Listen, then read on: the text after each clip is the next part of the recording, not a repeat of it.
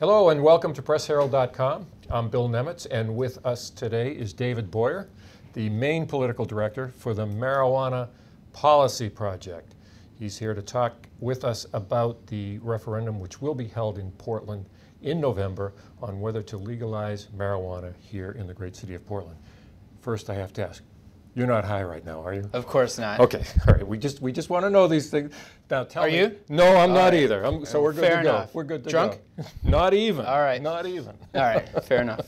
Now tell me about this. This is an interesting situation where Portland is presumably, I think, going to pass this thing. I think the past history would suggest that. We're going to have a city with a law that says marijuana is legal. State of Maine says it's illegal. Federal government says it's illegal. How does all this shake out, really, if this thing passes? What do you envision in terms of what's different from what people are doing now? Well, I think flatly we won't be punishing adults for using marijuana, a substance that's safer than alcohol.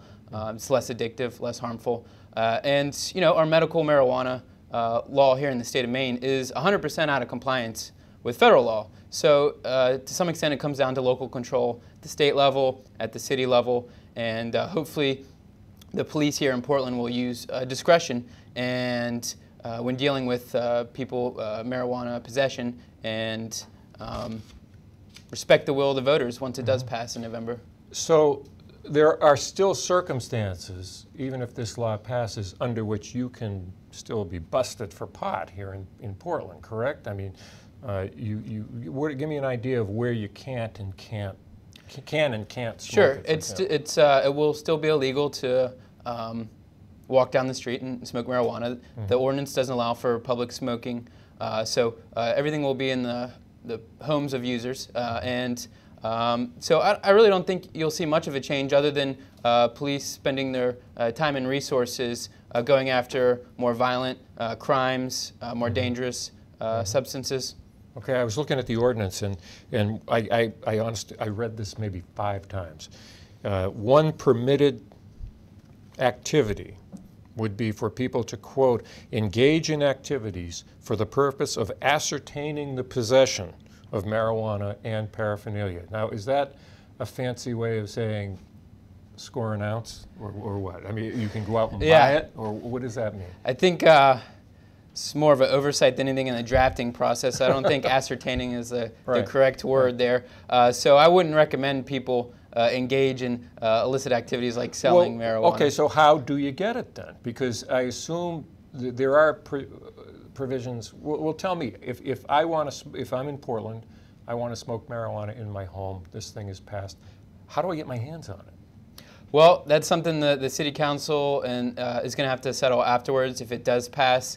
Right now, we're focused on making sure that adults aren't punished by any penalties for using marijuana when it is objectively safer than alcohol. Because, I mean, there are, in Colorado, for example, which has marijuana legal statewide now, along with the state of Washington, I saw that you can give some away. It's like a donation or something. Or, or you can grow some. But this ordinance seems largely silent on that. So it would seem to me that you're going to have to, at some point, still break the law in order to enjoy the recreational use of marijuana. Well, the biggest hiccup was, and it resolves there, that the state tax and regulate marijuana. And unfortunately, municipalities cannot tax new things. So that's what it ideally would have been. So it would establish places for people to ascertain marijuana, you know, from legitimate business owners instead of drug dealers, because that's what would get the marijuana out of the schools.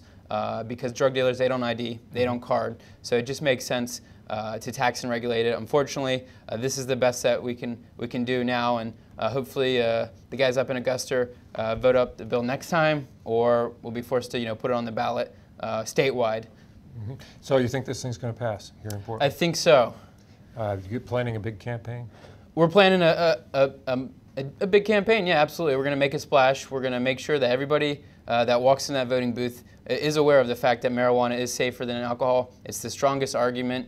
It doesn't make sense to punish adults for using marijuana. So historically, in the two past times Portland residents had the chance to vote on marijuana, overwhelmingly they supported it.